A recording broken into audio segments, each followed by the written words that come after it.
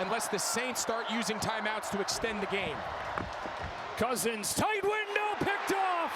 Tyrann Mathieu. Wow.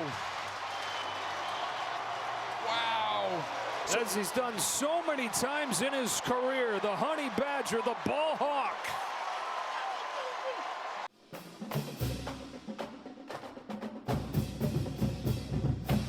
And we say happy Tuesday morning to you, everyone. Buddy Songy in here for another edition of Tigers Roar. Jonathan Poche in the secondary room, as always, pushing all the right buttons. Marty, our cameraman, and we hope all of you doing well on this cloudy Tuesday morning as we take Tigers Roar after an embarrassing 42-13 debacle and loss to Alabama this weekend. Hope everybody doing well. I had the bad karma, JP, when it started to rain. Raphael did not come and make a landing, but it did give us some secondary rain. JP, I had a good crystal ball and thought some purple and gold karma might unfold. It was everything that you had a few weeks ago going against Ole Miss. You had LSU as an underdog. You had an opportunity to make a statement. And unfortunately, JP, the Tigers laid an egg, and this is across the board. Coaching, playing, and all of that peripheral BS with the governor bringing in Omar, the fake Tiger, it just set up, and we will get into a bunch of the problems. We'll also give you some possible solutions. But, JP, your boy won, East Jeff won their game on the weekend. The Saints won their game, but the Tigers, and of course this show, Tigers Roar, there wasn't a lot of roaring Saturday night except from the Alabama fans, and they loved the opportunity to beat LSU's butt in Tiger Stadium again. But how about Jalen Milroe? He loves to play LSU, JP.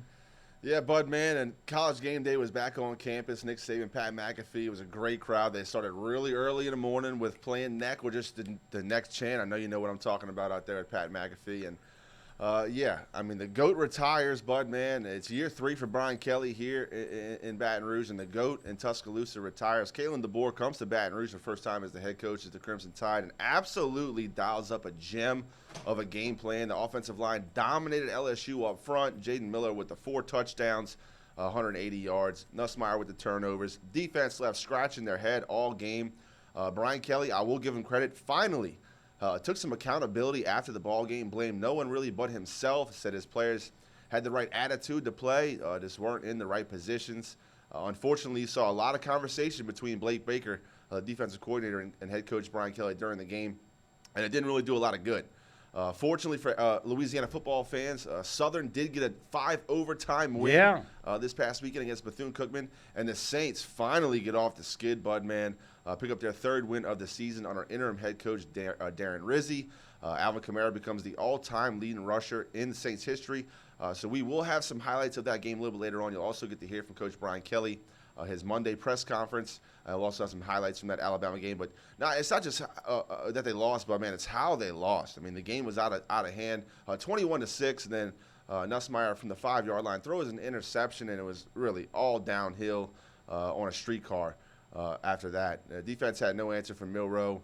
The spy didn't work. Leverage was bad. Couldn't outside contain. Across the board, like you said, defense did not have a good game, including the play caller in Blake Baker. So it only counts for 1 loss, but unfortunately that does mean likely the end of the playoff hopes for the LSU Tigers. So still a lot to play for. It doesn't get any easier from this route. Still to take on Oklahoma, Vandy, and, of course, this weekend in Florida, the Swamp, Billy Napier, who his team has been fighting injuries and just competing in every game. So a tough weekend game coming up again in the Swamp, but a lot of question marks for Coach Brian Kelly in the 3rd year.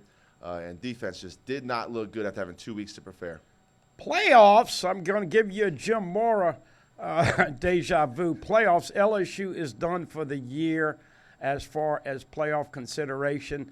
Had all off season to get ready for USC and didn't finish that game. Lucky to beat Carolina if the quarterback doesn't get hurt. They probably get a loss there. Lucky to beat Ole Miss, didn't lead in that game until the final play. when Karen Lacey finally held on to one to win in overtime. But this was an F across the board with preparation, with play calling. And let's get right into it. JP, I think we start off on the defensive end. Listen, folks, I think Blake Baker is going to do a really good job as a DC. And I think that you got to give him patience. He doesn't have a lot of his players that he wants. Obviously, if you know anything about college football, LSU's got some weaknesses, specifically at the safety position, that they have not seen in many, many years. I know they saw them last year of a lot of the similar players. But when you start talking about 2 weeks to get ready for Jalen Milroe had 4 touchdowns, a bunch of yards last year, comes into Tiger Stadium. JP, you are around football all the time. I was thinking Blake Baker was going to be jumping around at the line of scrimmage, disguising, sending the kitchen sink, and hitting Jalen Milroe on every play, whether he caught the gave the ball off on a handoff or whether he ran it himself. And yet they treated the guy like he was a homecoming queen, and they didn't want to ruffle the dress. So, look, Jaden Daniels and LSU stole one from Missouri from Baker last year when he was a DC, and the Missouri fans never forgot it. We know about Sellers. We just talked about him. They did take care of business against the Arkansas quarterback, and then took care of Jackson Dart for the most part with Ole Miss. But we know the A&M quarterback came in and abused them. And then 2 weeks to get ready. Jalen Milroe, as I said in the opening, he loves playing LSU. And the first thing that we've got to address is, why is Blake Baker having so much trouble getting acclimated to a running quarterback? And this is going to be an ongoing problem. They don't have the Jimmies and Joes, but what we saw from an offensive and defensive game plan, JP, I'm telling you, probably 20 minutes into the game, I'm shaking my head. I did not like either game plan, offensive or defensive. So let's start on the defensive end. What would you have done differently? And I didn't see anybody that wanted to tackle Jalen Milroe Saturday night. Yeah, it's a great point, but man, it really starts with tackling, executing the play, whatever play is called, to the best of your ability. And Coach Brian Kelly gave some credit to the players, and that they had the right mindset coming into the game. They were ready to fight. They knew it was at stake. Everything on the line. They don't have the Jimmies and the Joes right now, bud, man. Up front, they were getting dominated at that nose guard position. Of course, you lose Jacoby and Guillory early in the year. Gio Paez and Ahmad, bro, they've done a fine job filling in. But LSU just very thin up front and put those defensive edges completely on an island with that RPO. And Jaden Miller, just too good of an athlete, run through arm tackles, can run around defensive linemen. So what I would have done, maybe show some different pressures, maybe dial up some exotic blitzes. But, Bud, man, it really – I don't think it would have mattered. It was 2nd and 3 the entire game. They could not stop first down run, eating up clock, but then they would just, hit that long with Jaden Milroe, and he looked phenomenal this past Saturday. He looked like a guy who was throwing his hat in the Heisman ring. Of course, outstanding football was played this Saturday by Alabama. They knew it was at stake. They came in and dominated. I mean, what could you have done differently? Maybe send some more pressure up the middle. The problem was across the board. We just could not tackle, like you said. LSU, a lot to be desired. Offensively, needed to run the ball a little bit better. I do give the offensive line credit. They did try to get a little creative and get some wrinkles into the run game. They did have a wildcat play, which I talked about a little bit last week with Juwan Johnson, the young running back, the freshman running back. So defensive side of the ball, what could you have done differently? I really don't know. But, man, they try to mix up looks between man and cover two. They were getting drummed on the edge. They just had running lanes that were wide enough to run a truck through. So, yeah, give credit to Jalen Milroe. He had an outstanding game, but it starts up front. That offensive line dominated the defensive line for LSU. Well, look, everybody is pointing the finger. I've got some answers. One of the problems, JP, I see with this LSU defense is that they're not strong enough. They're not mean enough. They're not nasty enough. When you see and hear LSU fighting Tigers, that's supposed to mean something. Brian Kelly, after the game, said not living up to the LSU standards. A lot of the folks that are north of 50 or 60 that watch and listen and still go, they're very frustrated because you're seeing a very weak – I'm not going to call them soft, but I am going to tell you that I think Coach Baker had a really bad game plan. I would have been sending the kitchen sink, much more aggressive. And here's 3 players that I think now that your playoffs are out of the mix should get appreciably more PT. And it starts with Deshaun Womack, number 15 on the edge. Look, Savion Jones and Braden Swinson have been fantastic, but there were more than a handful of times where both 4 and 35 let outside coverage get pinched in. And when you let him, and we talked about it, you got to contain him. 15, they brought him in. He was so excited. He lines up off sides. They get out off the field on 3rd down. Unfortunately, with his penalty, they continue to drive. And so they acted like a little kid and didn't play him the rest of the game. 15 brings some physicality. You better play him before he gets into the transfer portal. Next player I want to see play more is Javion Toviano. Yeah, I know he had some baggage in the preseason, but it is time to sit down some of these safeties that continue to make the problems and don't make the plays. Toviano is a physical guy. He's not a true corner, but if you have to sit Major Burns, let him yap on the sidelines a little bit. 25, I want to see Toviano play more. And this is an automatic no-brainer. I'm quite disappointed that the LSU Defensive Brain Trust has not put in Deshaun Spears, number 10. Yes, he's a true freshman. Yes, he's still wet behind the ears. Yes, he's going to make some plays. But, you know, not to beat up anybody here personally, folks, but this safety play is some of the worst safety play I've seen in 20 years. Yeah. Put damn number 10 in the game and give him a chance to grow up, or he's going to leave in the transfer portal. And it's time that they start making some of these better personnels. Not only was the scheme bad, don't know who to play, and then when you take out Cade Durham after a big long run and don't put him in the red zone, it's the reason I'm fired up on this Tuesday morning, and everybody out there listening is probably feeling the same way. I'm really calm today. I just wanted to show what I just exemplified. You don't have enough P&V on this LSU football team. You don't have enough guys that bleed purple and gold and take it personally. It's time to stop having the businessman's approach, the CEO approach. They need a screamer. They need a hollerer. They need somebody to get these guys a little bit more pumped up, because you laid an egg in front of the country where the setting, other than the weather and the fake tiger, it was all there for the taking. And sorry for the rant, but I want to see a little more of that, not from me and not from other members of the media, from this football team, JP. Right, and you mentioned that tiger, and what a joke that was, that obese tiger, that fake Mike the Tiger. Never bring that fake tiger back on the field. That's a wrap. Close it out. It's not going to happen anymore. Let Mike stay in his cage.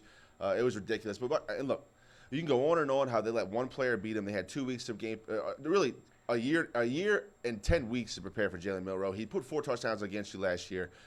That's so disappointing, man. But truly, Caden Durham busts a long run, gets it all the way to the 5, and then Kyron Lacey can't secure a catch against a linebacker to score a touchdown. You got to settle for a field goal. That set the tone for the entire first half. That is 21-6. You're going in to make it a 1-score ball game. They throw an interception. It's like it's a hair fine line when the teams are that good, that talented, to let a Jalen Milroe beat you, because 4 plays in the game, you take out those 4 plays, LSU dominates. And I know that sounds crazy because what the score ended up being, but yeah, you take the Nussmeier fumble on a completely blown assignment by DJ Chester. Don't know what he saw, but the blitz right up the middle. He was pointing at the guy. Yeah. Nussmeier tries to run out the pocket.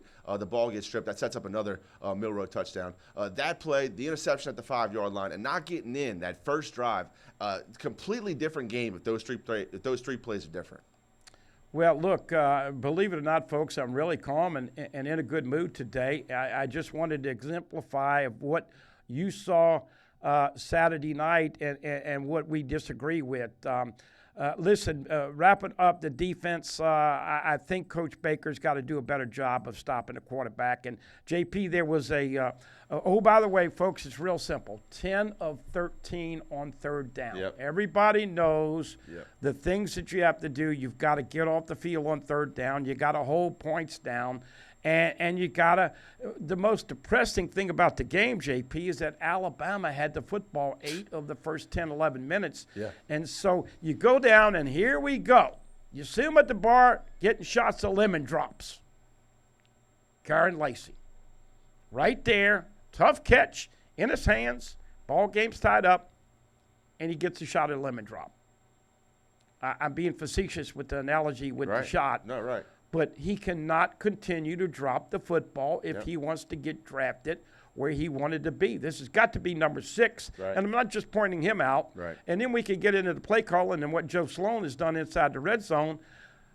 3 weeks ago, or 2 weeks ago, whatever it was with the open date, I said that's a bad omen, kicking 4 field goals. You remember that? Yeah, sure do.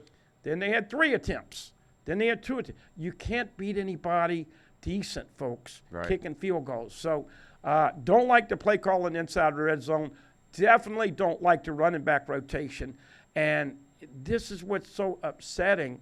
You've got talent on that roster on the offensive side. You don't have the talent on defense. You've got the talent on offense. I just think they've done a really poor job of utilizing it. I go back to 14. Guy ought to be playing 40 plays a game. He's getting bits and pieces here. Chris Hilton, if you're going to use him, throw him the ball out in space and let him do something. Didn't see hard. I don't think they threw a ball to Aaron Anderson in the first half. And as you said, DJ Chester, oh boy, somebody needs a good old butt chewing when watching tape. You need to get up in his face and say, WTF are you thinking? Yeah. Seriously. Can you see what you just did on that play? Oh, by the way, folks, no disrespect. This is what happens when you start telling a unit it's going to be as good as anybody's in the country. You heard all that BS talk about the offensive line. And Joe Moore. They're leaving a lot to be desired. Mason Taylor's probably going to leave. You're not using him enough. Hadn't seen 12 and 13 personnel. I mean, we could go on and on and on. Yep. But from a coaching standpoint, from a playing standpoint, and now you come to this realization, yes, you should win. The last 3 games they're going to be favored, JP. Mm-hmm. And you might win a game in a bowl game at the Mayo, Cheez-It, Frito-Lay, potato chip bowl. Yeah, if they're not playing a running quarterback. Yeah, exactly. But, Coach Kelly, I hate to tell you, that's not good enough. You came to Baton Rouge to win a natty, and you've got to make some changes. And, JP, I think it is going to have to be a very big-time, in-depth analyzation of every facet of the program. That being said, I'll let you respond on my offensive gripes. But Caden Durham and Caleb Jackson should be playing every first and second down. I wouldn't put Josh Williams in the game until third down when you need pass pro. No disrespect to 18. He tries hard. But you get down to the 5-yard line and you give him the ball right up the gut as if he's going to want a rave from anybody on the Alabama defense. Yeah. Yep, don't understand taking Caden Durham out. He's obviously been your best running back, your best scoring option when it comes down to that 10-yard plus towards the goal line. Don't understand really why LSU's offense has refused to go to the screen game, the dink and the dunk. Mason Taylor, you mentioned it, probably your most consistent option out there. Aaron Anderson, who's had a fantastic year for the Tigers, was invisible in that first half. I think he only had a couple targets in the game. You get Chris Hilton back, and there's a embarrassment of riches at the wide receiver room. They're so talented. It's hard to get all those mouths being fed, but there's been guys that have shown that they've been producing for you all season. When it comes down to a game that you absolutely have to win, like I said, college game days there. According to Brian Kelly, there was 300 recruits and family members in the audience watching that game. So you want to let your best players play in the big-time games. You want to let your stars shine. Nussmeier did not have his best game. That's very clear with the turnovers. But, yeah, the play calling I did not like when it got close to the red zone. Can't settle for field goals, especially when you're dealing with a quarterback that can break a 70, 80-yard run at any time. You need to score touchdown for touchdown. The atmosphere, even with the rain, I thought it was pretty good to start the game, Bud, man. You had everybody's tailgating in their tents and they're eating. It starts raining. You got to take a break from drinking. Then you start getting tired, so you got to get your juices going all again before the game. And I thought the crowd was into it. I thought the crowd was ready to go. Alabama had a penalty on the first play of the game, the false start. So, yeah, it was clicking early for the Tigers. Couldn't get into the end zone. And, I think it truly does. A couple games could turn the tide of a game. You don't want to say a play in the first quarter was a turning point, but Kyron Lacey absolutely has to make that grab for a touchdown, give LSU a touchdown on that first possession. And I think that is a different game, especially after the big run from Caden Durham. It got the crowd going. The juices were flowing. So got to get those points early, and you never know how the game's going to play out after that. Hey, we appreciate each and every one of you following us on YouTube, TV, radio, the whole 9 yards. And we will take a quick timeout. I'm sorry about the rant and rave, but I did have Amanda Spicy sausage po' boy this morning for breakfast, and I'm going to give you a positive outlook at the end of the show that we all want to take moving forward. LSU, once again, in case you missed it, at Florida this weekend, 2:30 on ABC. The following weekend, hosting Vandy in Tiger Stadium, either 6:30 or 6:45, and then the wrap-up of the season, hosting Oklahoma. Need to win those 3 games and need to keep this recruiting class intact. If you do that, got a chance. But, folks, get your mayo and your potato chips and your Cheez-Its ready, because that's all you're sniffing when you go to bowl season this year with the Tigers. Back with JP and highlights on a Tuesday edition of Tigers Roar right here on Pelican Sports TV.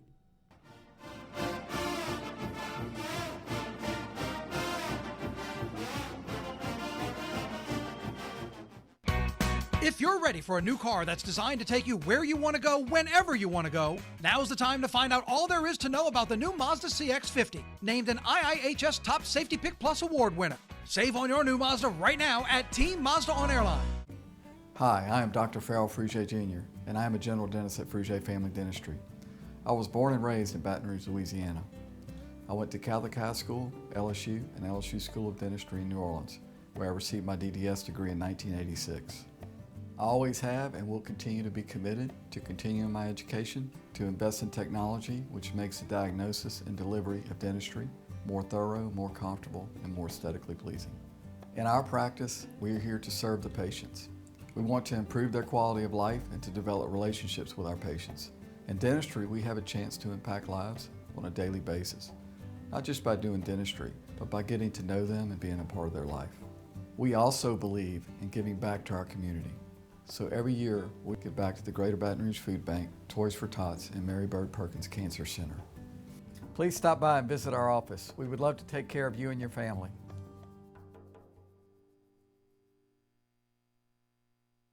Visit Treads & Care Tire Company's new location on Hooper Road in Central. Locally owned for over 50 years, Treads & Care is known for quality automotive repair and top-notch customer service. I'd like to invite you to come out and see us at our new location in Central.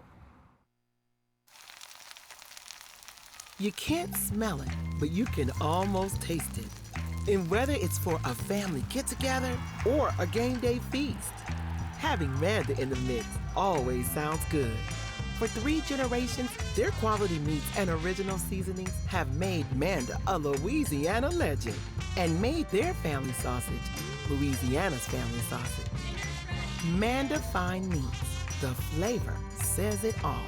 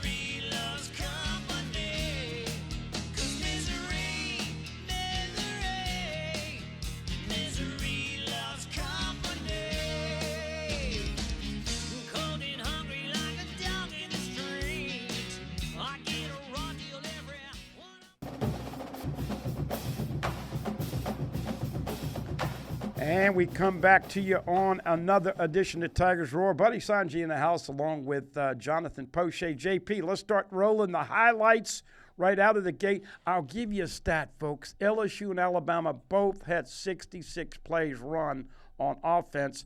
JP, Alabama had the football 8 more minutes. That's why you did not enjoy the game. And here we go, losing outside contain like we talked about, JP. Yeah, pressure on the quarterback, just too easy for him to escape, roll to the right, gets a completion down the field. And that really sets up Alabama's offense right here. The RPO game, Jaden Miller keeps it.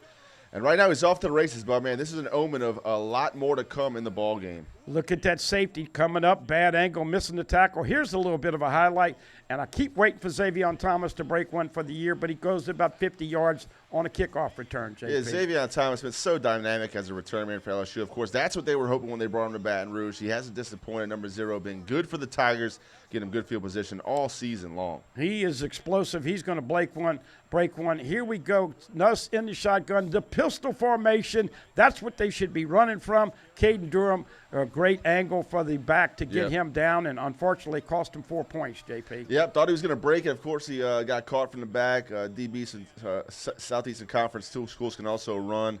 LSU has to settle for a field goal. 7-3 at this point. I thought it was a huge play, though. Kyron Lacy couldn't score that touchdown. We get back to Alabama on offense once again. There, great screen call. I wish LSU could execute this, JP. Yeah, the play design was great. Fake it to the running back, roll out, throw it back to the running back on a screen, sets up a touchdown for the Crimson Tide. I thought he came up short, but, man, they did review it and called him good for the score. Replay is what it is, but what enough to overturn 14-3 Crimson Tide.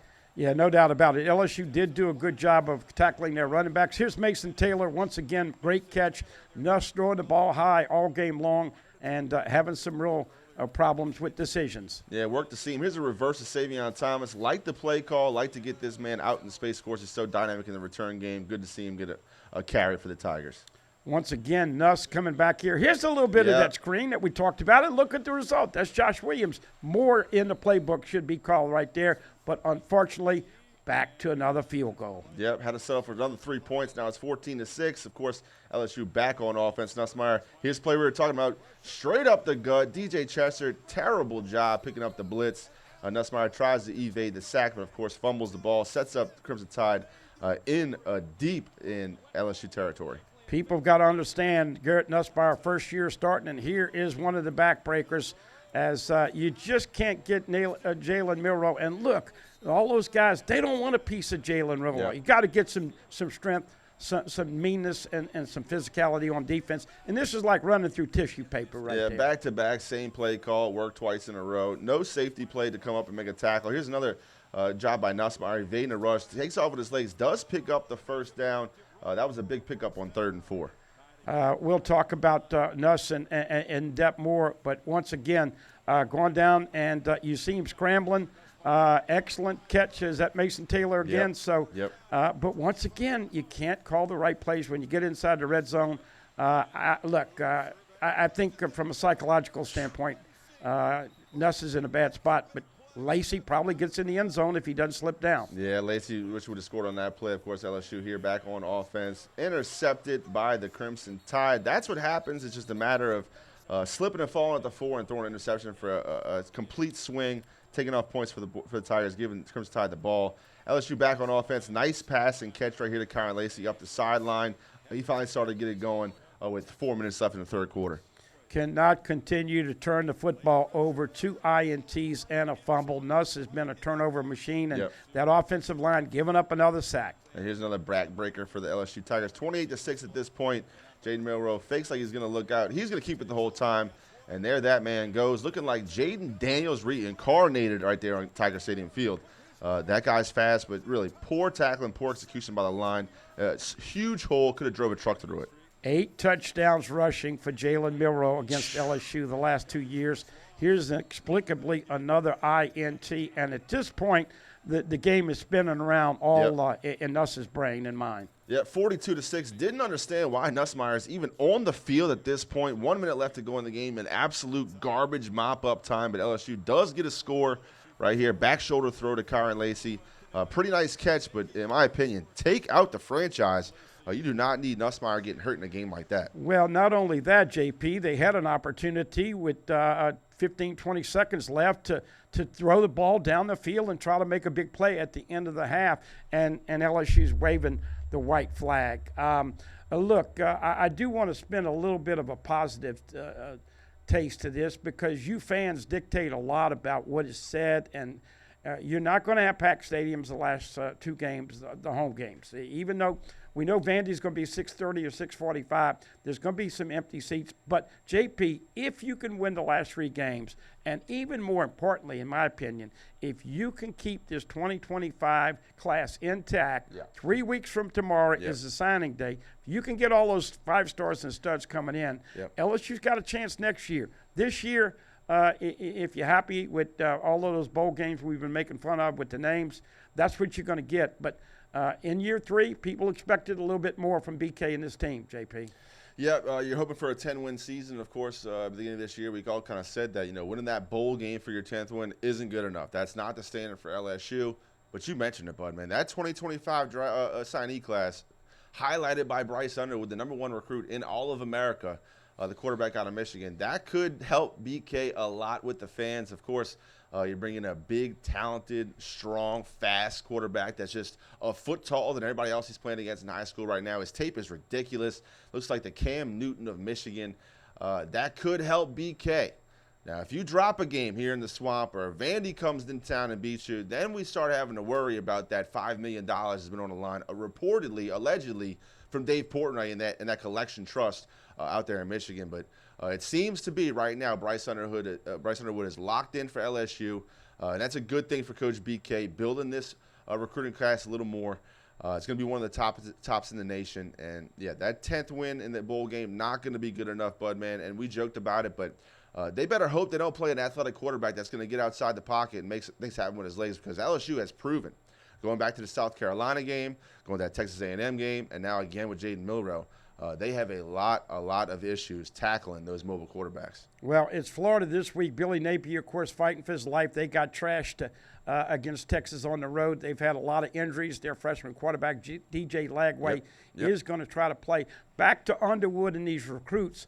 Everybody always worries, what are these recruits are going to do? Are you going to handle the loss just like the fans and the media do? No. Bryce Underwood on Saturday night was on the sidelines, and you know what he's thinking? I can come in here and play early. Whether Nuss comes back or not, I think all signs point for him coming back. He certainly can't go and play pro after what he's done in the last 3 or 4 weeks. Wouldn't get drafted high enough, wouldn't make a team. He's got to learn the position. But to come in, I think you tell Bryce Underwood, guess what? You're going to play next year, and everybody that saw that massacre, all the LSU folks are saying, look what happened with Burrow. Look what happened with Jaden Daniels. Everything is going to be fine as soon as we get the talent back up to snuff. And I think it's imperative that they keep this class, got to be top 3, 4, or 5, JP, to get things turned around. And then, of course, you're going to have to be active in the portal at center and at tight end and some other positions. Yeah, and not to be like the bearer of bad news now, but I do believe that Bryce Underwood will sign his name at dotted line and come to Baton Rouge to play. But if he doesn't, for some reason he does get pulled over to Michigan, flipped on his recruitment, that's a lot of money that LSU has now tied up in their NIL deals and their possible financial help with Bryce Underwood. They could have been spending this in this transfer portal. So, yeah, you got to get it done. You got to lock them down. You got to get that 2025 class in here to LSU and learning the ways of the purple and gold and getting them really buy in. And Coach BK wants to graduate champions, and now here in year 3, fortunately, he's able to graduate some of his players that he brought in to recruit. But I just want to talk one more time, Bud, maybe before we go to Coach BK, just about the disheartening loss for LSU fans. I mean, you go back to the rivalry of LSU-Alabama, going back to the greatest game of the century, that 6-9 win for the Tigers in Baton Rouge. And then, of course, you go play them in the national championship, and you don't cross the 50 until the 4th quarter. It's been building since then. And Nick Saban has been the proponent of why LSU fans hate Alabama so much. Well, finally, the GOAT retires, and here comes Kalen DeBoer in year 1. I mean, year 1, they lost 26 players off Nick Saban's team, had to get recruits in, transfers in, and to come into Baton Rouge, college game day, prime time, and put it on the Tigers. That was what was so disheartening for these LSU fans. It's like, here's BK in year 3. He's got 3 years of draft of signing classes to come in. Here's Kalen DeBoer piecing together. Now, don't get me wrong. Alabama, obviously a talented roster. No matter how many players left, everyone that was on Alabama's roster was a very talented football player. So Kalen DeBoer did not have an empty cupboard. I'm not trying to say that in the slightest.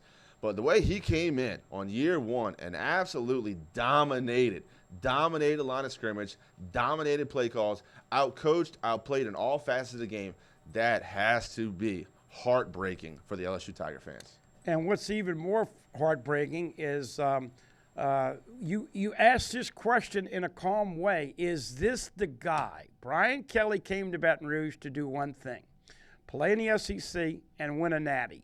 And I know a lot of my media buddies have waved the white flag and given up on him. I certainly am not going to justify what they have done, especially this year. But that question about, is he the guy? Is he going to take LSU to compete for SEC and national championships? I think when you listen to the press conference yesterday, at least right now, JP, this is as frustrating as what you just intimated. He doesn't have the answers. Yep. And look, when you get into your 60s and you're making $9.5 million, you've got a safety balloon and a comfort zone. But Baton Rouge will get very ugly if they don't make appreciable improvement.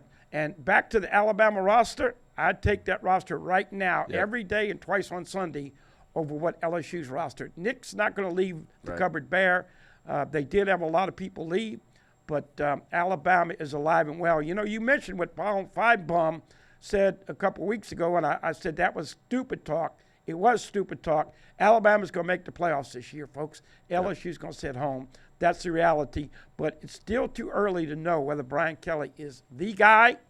But he better change some things, or he's not going to like BR much longer. That's a great point, Bud, man. We do have a press conference from this past Monday. We'll let you guys hear from Coach Brian Kelly. Here's the head coach, Brian Kelly, right here on Tigers Roar.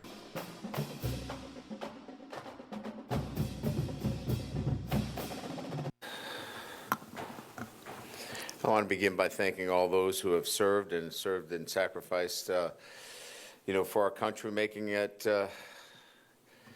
such so that we can enjoy living in the greatest country in the world. So thank you to all those veterans out there and honoring them today on Veterans Day. Getting ready for Florida, certainly going to the swamp is always a challenge, and certainly a difficult place to play. Really give a quick recap on the Alabama game. Incredible atmosphere. Our fans came out. They were incredible, created a great atmosphere. Wish we could have, certainly helped in that with our play. Certainly the turnovers were, big parts of the game. And certainly at the end of the day, Alabama is a fine football team. They played well. They were consistent. And look, they did a really good job of self-scouting and making a decision as to who they were going to be in this game. They came out with a purpose and wanting to control the line of scrimmage, which they did. Ran the football effectively, obviously, and were consistent in what they did. We were inconsistent, and that really is the difference. So when you're scratching your head or you're thinking about what happened in this game, you had a really good football team in Alabama that went back in the bye week and said, you know what, this is who we're going to be. They came out and were consistent in what they wanted to be in this game, took care of the football, controlled the line of scrimmage, and our response was that we were inconsistent. We had an opportunity to score a touchdown on the first drive. We weren't able to secure a catch. We turned the football over. We had chances to get off the field on third down. At times we weren't in the right alignments. So our guys were up for the fight. They were competitive. They played hard, but that's not good enough if you're not consistent. And as coaches, we've got to help our guys become more consistent. And then our players have to execute more consistently on a day-to-day basis, and on a play-to-play basis. So if you're wondering what happened, you had a really good football team that played consistent, and then you had another team that had the will and desire but did not play consistently, marked by the examples that I just gave you. So that's the recap. Going back to the Florida game, certainly an opportunity for us to, get on the winning ways with our football team. Look, this is the same exact place we were last year, right? Coming off of a loss. And so I'm going to get asked the question, what do you have to play for, all of these things. you could ask Ole Miss that when they went and beat Georgia, right? There's nothing to play for. Now they've put themselves with 2 losses, and what they feel is in the mix. We're in the same position. We've got 2 losses. Let's see where it ends up at the end of the year. What's more important is that we have to play more consistent offense, defense, and special teams. That's what's most important, not the playoffs, not anything else. Consistency in the way we play in and play out is the most important thing. Against the Florida team that, certainly, has shown their ability to play consistent. They had a great game against Kentucky. They've played physical football. They're getting some players back from the injury list. And again, as I mentioned, playing on the road in the SEC is no easy feat. So, again, this is about us. This is about us and our consistency and going on the road and certainly looking forward to playing a consistent brand of football. So with that, we'll open up the questions. Yeah, Coach, right here. It looks like DJ Lagway, Florida's quarterback's going to try to give it a go this week in practice. Just what do you, go about preparing for the potential of seeing 2 guys in this game? Yeah, you have to prepare for both, right? I mean, it's certainly a quarterback that has a talent that we've seen on film in terms of what he does. We haven't had a lot of games, but we know of him. He can throw the football. He throws a great ball. He's athletic. And certainly we'll prepare for both quarterbacks. Hey, Coach, after the game, you said your team fought to the end. The effort is there. The last 2 games, are any concerns about physicality, toughness, those kind of things? No, look, at the end of the day, the guys are who they are, right? When we're in there fighting as hard as we can, it's hard to overcome a lot of mistakes that are being made. But we have to help them also. We got to put them in position to succeed as well. So part of this, as I said after the game, is as coaches, we have to do a great job of putting them in a position that they can succeed, because these are our guys.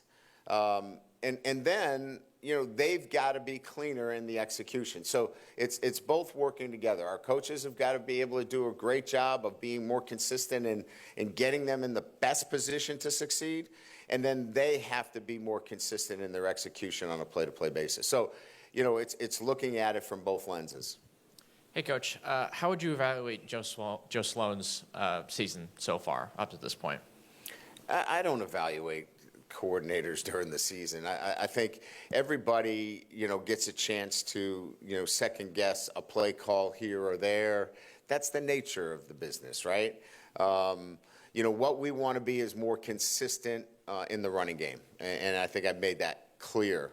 And we've got to, clearly do that. And Joe understands that. And so the focus has been, and it was going into this game, to create more opportunities in the run game. I thought we did that. We need to do more of it.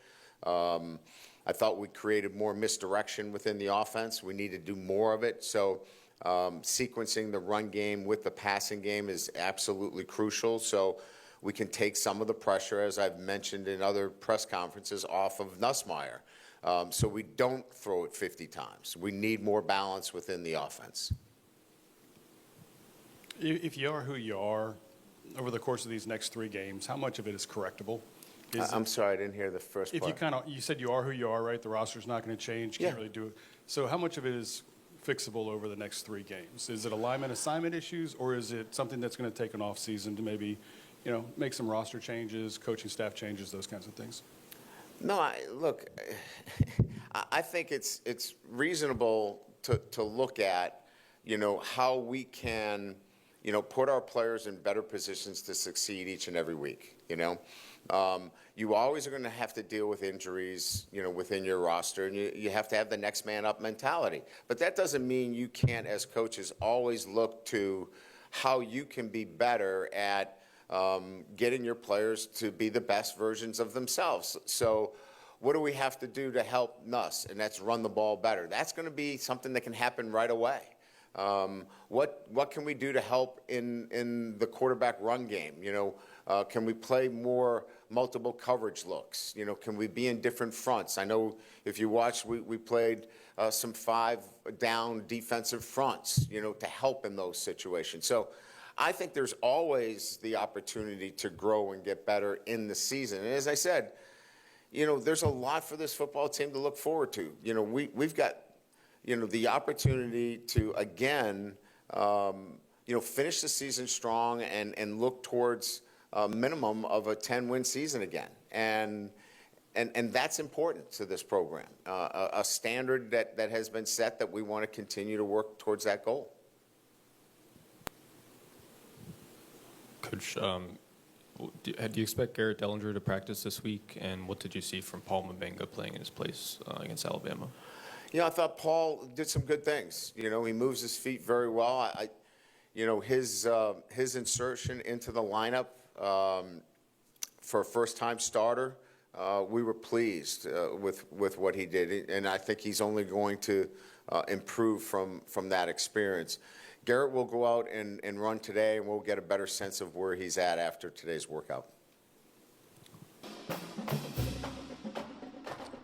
And we welcome you back, BK, answering questions. Look, I thought Jacques had a great question. The physicality and toughness of this team is definitely questionable at this point. Koki asking about Joe Sloan. This is a reality, folks, on November 12th, 2024. Garrett Nussmeier is a first-time starter. You don't become great all of a sudden. It was a mirage those first 3 or 4 weeks. Now we're getting to see how tough it is to win in the SEC, and he's got to make better decisions. Joe Sloan, first-time calling plays at LSU. Yes, he was on the staff with Denbrock last year, but he's up there making those calls. That's a lot of pressure.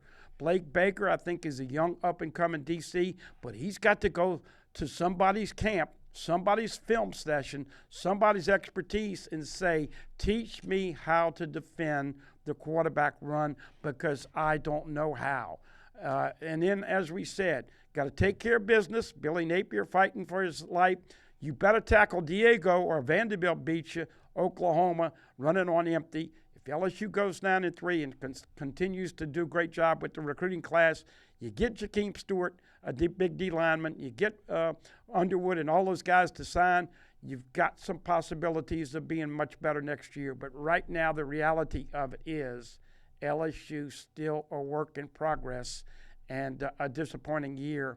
You can't get rid of the players, but right now you can't get rid of the coaches. So let's see if they can do something the last 3 weeks of the season. Hey, we end on a positive note. Darren Rizzi, first-time coach for the Saints. They get the victory over the Atlanta Falcons by a field goal.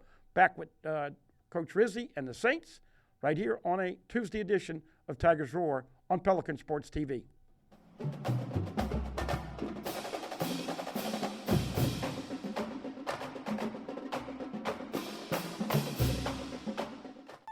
Tremonti's has meat, Tremonti's has seafood, Tremonti's has much more.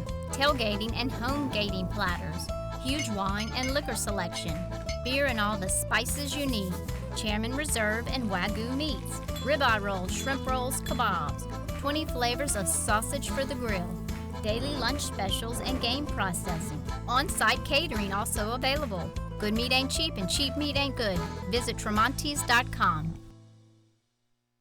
Few things in life are as valuable as family and peace of mind, especially when it comes to your final arrangements, and that's where Lee Serio can help. His prepaid funeral plans make sure your life will be remembered exactly the way you want it to. With Lee Serio, no detail is too large or too small. Call Lee or his wife Gretchen at 225-315-6329. Let Lee Serio give you and your family the peace of mind you all deserve. Live and play on the fairway at Greystone Golf and Country Club, a serene, challenging golf destination located in Denham Springs. For tee times and membership opportunities, go to GreystonecountryClub.com. It's game time at Team Toyota. Whether you're tailgating or heading into the stadium, dominate the road and drive like a champion in your new Toyota. Get off the sidelines and save thousands at Team Toyota. I-12 at O'Neill. Toyota, official automotive partner of the NFL. Treads & Care Tire Company announces its new location on Hooper Road in Central. Locally owned for 50 years, Treads & Care is known for quality automotive repair with top-notch customer service. Treads & Care offers the convenience of shuttle service and pickup and delivery of your vehicle. You can also enjoy the comfortable customer area, complete with workstations, high-speed internet, and a complimentary coffee bar. I'd like to invite you to come out and see us at our new location in Central. Treads & Care, the tires you need and the service you want.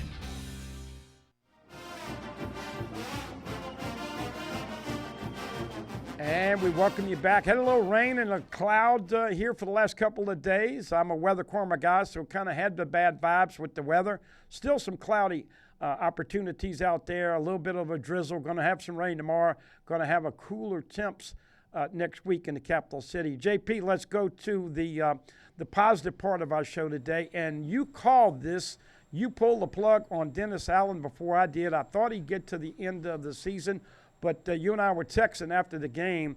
That was a statement that the Saints players made on Sunday to beat the Falcons by 3 points. Yeah, and the statement was that this team had legitimately quit on Dennis Allen. You see the talent left in the locker room. The Honey Badger comes with resurgence and has a nice pick at the end of the game. And that the Falcons have been playing good. They've been playing really well. Of course, 3 missed field goals from Young Wei Koo did help the Saints' chances. Don't get me wrong. But they were fired up to play with Coach Darren Rizzi. Of course, he brings a lot of passion, a lot of energy. Alvin Kamara becomes the all-time leading rusher for the New Orleans Saints, surpassing Mark Ingram. And Derek Carr throws 2 touchdowns to Marquez Valdez-Scantling. We do have some highlights to show you guys, so we'll go ahead and roll those right here. While we click the right buttons, I'll get the graphic out of the way. It started with the Saints coming to black uniforms against the Falcons, and here was a nice catch and throw from Kirk Cousins to Drake London. Of course, London played well against the Saints, had a good game, but it was all about the Saints on this Sunday afternoon, trying to get off the skid, 7 in a row, but here they go, pick up their 3rd win of the season behind their defense. And, of course, I mentioned Derek Carr's play. Saints start on defense, calls a 4th and 1, get the punt. Saints offense takes the field. Derek Carr drops back. And there he has a nice, great throw. Don't even know who this guy is, but he had to play for the Saints because they're so decimated with injuries. Yeah, no doubt about it. It has been running back by committee. And once again, you talked about big acquisition at the end to get in the end zone, JP. Yeah, Marquez Valdez-Scantling, of course, Saints fans considered him the best midseason pickup of all time. Just kidding. He had 2 touchdowns, but let's not get ahead of ourselves. This is a very nice throw, though, by Derek Carr, getting the ball all the way down inside the 10-yard line, inside the 5. Marquez Valdez-Scantling, of course, he was the MVP of the first half for the Saints. You could almost see that a lot of the tension was off with the Saints. They were playing with a purpose. They wanted to win this for Darren Rizzi, and there he is getting in the end zone again. I completely agree with you, Bud, man. Everybody was fired up. There's Derek Carr, absolutely fired up after the touchdown. 2nd one for Marquez Valdez-Scantling. Of course, Saints back on defense. Here's a nice open field tackle by Amadi on a very good running back in Bijan Robinson. Amadi was around the football all year. And, folks, you see how the Saints have 8 and 9 men right around the line of scrimmage. And here we go. We'll see Honey Badger with the INT, but that's what freaks me out about Blake Baker playing so soft and not being aggressive. The Saints get after you on defense, and a big, what was that, a pass block. Yeah, big block right there, almost intercepted. Falcons did have a penalty, which is their first down deep in the red zone. But here's a great – that might have been the best play Peyton Turner has ever made for the Saints right there with the sack and the strip. Of course, the Falcons do jump back on top of it. Here's a blocked field goal, and Darren Rizzi is fired up on the sidelines, Bud, man. And their kicker hit a 58-yarder to beat the Saints when they played earlier in Atlanta, so he had a really bad day. Maybe got a hold of some hurricanes at Pat O'Brien's on Saturday night. Who knows? Yeah, Saints defense back in the red zone. They hold strong, and hold the Falcons to a field goal. Here's Alvin Kamara on a screen pass. Of course, the balance and the acceleration always on display with Alvin Kamara. Brings it all the way down inside almost to the 15. Getting the Saints moving, of course, the score at this point is 17-10 with the Hoodats. Set up for a field goal, 20-17 now. The Saints are on defense. This would be the final score, so I'm going to just a spoiler alert for you. Saints defense don't allow more points in this game. They played absolutely phenomenal in this 4th quarter, including that big interception by one, the Honey Badger, Tyrann Mathieu. You know, I got to ask you, JP, does the Honey Badger have one more year left? I don't know what his contract is, but he's at the end of his career, but he's still playing hard, although I think he's missed a step or two. Yeah, definitely not as fast as he used to be. I do believe he has one more year. Of course, just now you saw Cam Jordan on the sack. Cam Jordan, 10 weeks into the NFL season, that was his first sack on the year. Happy for 94, who's kind of taking a back seat this year. No longer rushing from the edge. He moved down to the inside. Still productive, though, for the big man. I think his future lies in broadcasting, and here we go. The Honey Badger with his INT. And, look, everybody loves the Honey Badger in Baton Rouge and Louisiana, although, like we said, probably one more year left before he finishes up. And another pressure and a strip, JP. Yep, Chase Young had another pressure, got to the quarterback, Kirk Cousins, and got the ball out. That would help the Saints tremendously in field position. Here's 4th and 4 with the game on the line, and the Saints make a very good tackle. It's a turnover on downs, and the Saints win the ball game, get off the schneid. They are now 3-7 on the year. It's not over till it's over, folks. The Saints can come back, make some noise in the NFC South. At least they're ruining the Falcons fans' days. It's always good to beat the Falcons, Bud, man. Hey, listen, but before we get out of here, I got to ask you about who you hearing is on the list, and do you think Darren Rizzi has a legitimate chance to get this gig? I really do, Bud, man. To the man, everybody in the building knew already as soon as Dennis Allen was fired who was going to get that interim head coaching job. It was going to be Darren Rizzi. He believes it's his time. He's a leader of men. He's a very motivational speaker. If you're asking me who's on my wish list, I would love to see the Saints go get defensive coordinator from the Detroit Lions, Aaron Glenn. He was a secondary coach here for the Saints under Dennis Allen that he left for Detroit when Dan Campbell got the gig. That would be number 1 on my wish list, Aaron Glenn. Number 2, Brian Flores, the DC from the Vikings. The Vikings have played phenomenally this year, and all starts with their defense. Yeah, I'm going to agree with you. Aaron Glenn is certainly a guy that I would look to. And JP, final comments. East Jefferson with a big game this weekend. LSU at Florida, 2:30 on ABC. And what's the Saints' schedule this week? Oh, let me check that for you, Bud, man. You put me on the spot. I don't know who the Saints are playing. Let me go ahead and find out for you real quick. Passing leaders, New Orleans Saints. Let's get the schedule, standing games. All right, sorry about that. That's okay. Oh, we got the Browns coming up, That's man, right. the 17th, 12 noon. Hoping the Brownies, and the Brownies have had a tough go of it. Look, folks, wrapping up this last minute, you did exercise your vote to last Tuesday, so we appreciate everybody doing that. And hang in there. Take a deep breath. I know it's frustrating. Jags are holding on, won a game in 5 overtimes, so kudos to the Jag fan base. They got to support their team a little bit better, seeing way too many empty seats in their stadium. But LSU now, once again, at a scary Florida team. Why are they scary? Because they've had a lot of injuries, and they are down to their 3rd quarterback. DJ Lagway is their true freshman quarterback. He's going to give it a go. Got to tackle him. Got to put more pressure, and you've got to do something to get Nuss started. Quick passing. Keep Caden Durham in the game. Everybody knows you got to run the football. You got to stop the run. You got to win the turnover battle. And as always, we'll see you again next week right here for another edition of Tigers Roar on Pelican Sports TV.